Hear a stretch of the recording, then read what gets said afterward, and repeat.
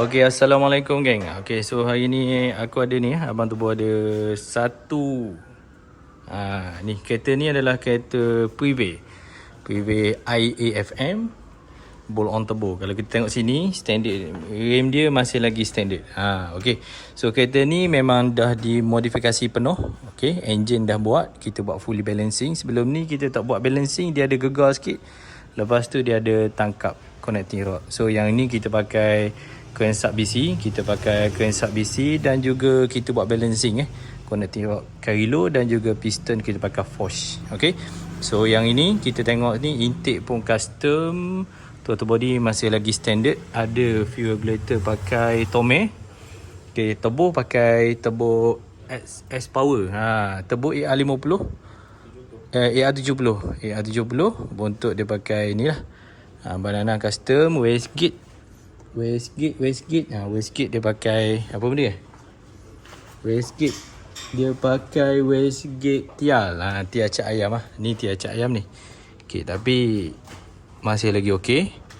So radiator pakai Synergy. Synergy, bateri biasa lah. Bateri tak ada performance, biasa je. Okay, ni tukar air filter baru lah. Okay. So yang ni throttle body pakai BMW, bukan standard BMW dah by wire.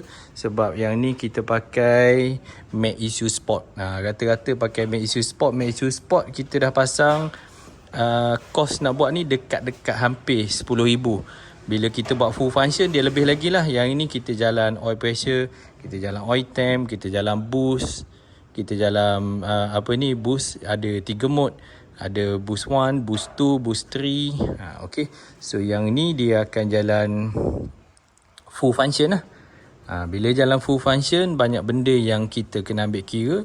Dia lebih kita lebih detail lagi yang kita kena tuning. Lepas tu ni dia punya PCV, yang ini pun kita tambah lagi untuk lubang nyawa dia.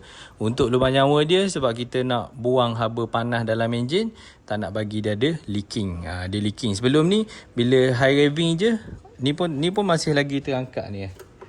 Dead stick. Okay, dead stick mungkin dia dah tak ketat ataupun back pressure lah. Masih ada lagi. Macam kita kena buat custom, kita kena besarkan lagi. Sebab ni kita dah tambahkan ni. Ni lebih kurang 8mm. Bila 88, 16 dah. Okay.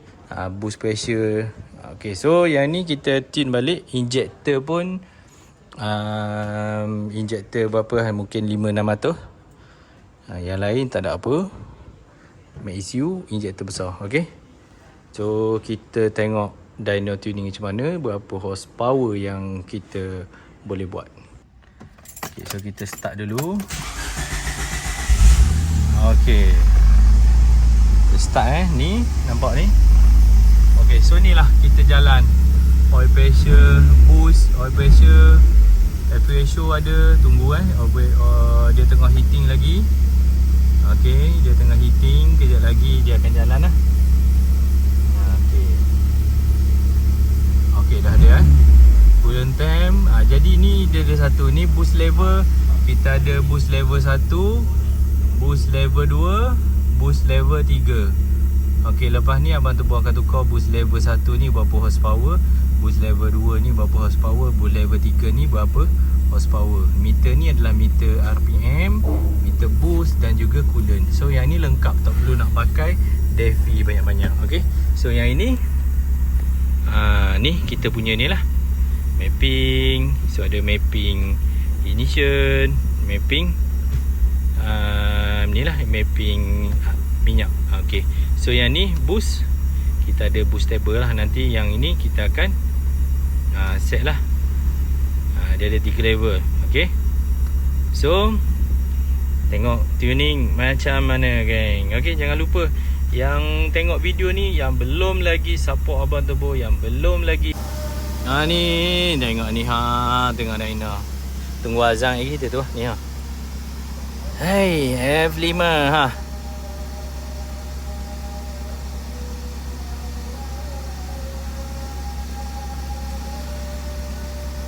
okey. F7. Okey, ngam. Nampak ngam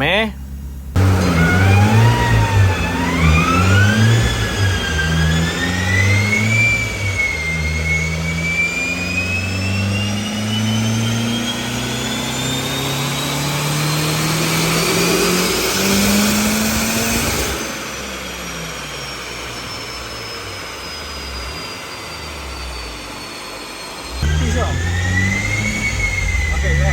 Ha.